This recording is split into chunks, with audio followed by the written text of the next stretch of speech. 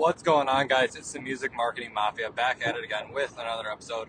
In today's episode, we're going to be talking about a very, I'm not going to say controversial topic, but in a way, controversial topic of playlisting.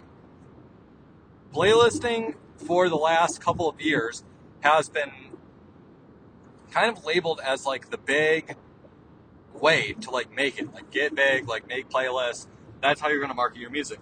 Yes, playlisting is a very good way to get your music in front of new people. They add it, they see it on a playlist, they add it, and then if they have playlists that are public, other people can add it from there, and it's just a big snowball.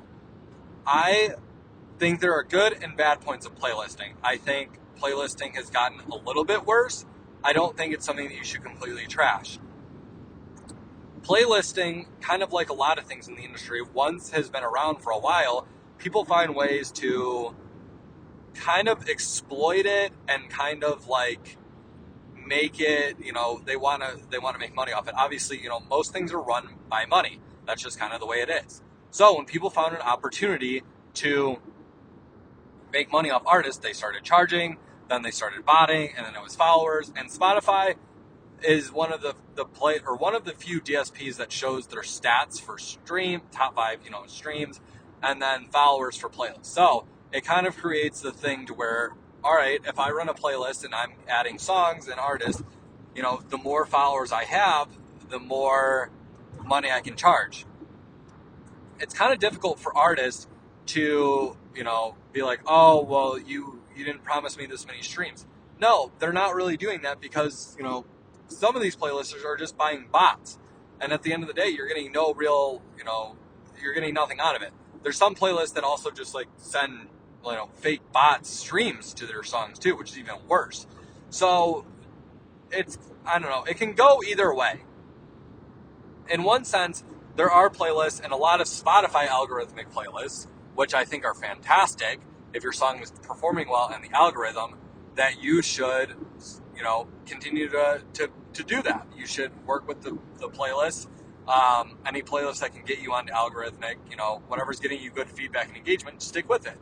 If you're adding and spending a bunch of time to get on playlists and it's not doing anything for you, then I would, move on to the next tactic. We're going to talk about a lot of tactics on this podcast. Obviously, if, we have marketing in our title. But playlisting, it's gotten tough. It's tough to know what, how these playlists have been built. Were they used with ads? Are they just a natural, do they have keywords? Like why is this playlist popular? Is it an influencer that's running it? There's not really a great way to go about measuring how well a playlist is doing. Yeah, you can put your song on and test it out, but I've seen a lot of playlists where they get like the same streams every day. And to me, that's kind of a red flag because it just kind of shows that there are, you're getting consistent results. It would be kind of close to the thing of bots. You could have similar results in 2 different days on a playlist, but if they're sending bots, they're probably just going to send the same amount each and every day. If your results are very different, I would think that's more organic. I find it harder and harder to find organic playlists. Again, not completely ruling it out. Every artist is different. You can kind of gauge it based off of followers. Does anybody go and follow your Instagram? There's a couple different ways you can go about measuring your playlist, but I think that you need to make sure that you're thinking about what's important to you as an artist, like I talked about in some of my other episodes. Do you want the streams? Do you want followers? Do you want to sell tickets? Like, what are you trying to get out of your marketing efforts? Because marketing is so important, and it's what fuels your entire music catalog. So if you don't have a really well set in stone plan, it's going to end up biting you. Playlisting is just, it's all over the place. I could go either way. I know I don't want to say that this isn't an informational video or episode, because there's not, I can't really give a definitive answer because I've seen it work really well for others. I've seen it not work really well. So there's a couple tools I'm going to add in the description of the video that have helped me to kind of decide whether a playlist is good or not.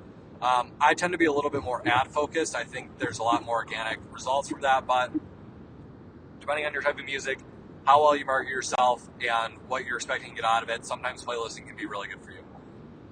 That's all I got for today's episode. I hope you guys think that was good. In the next episode, we are going to be talking about how labels market your music, which I did a while back. I thought it was a really good episode. And I hope you guys find that productive. Thank you.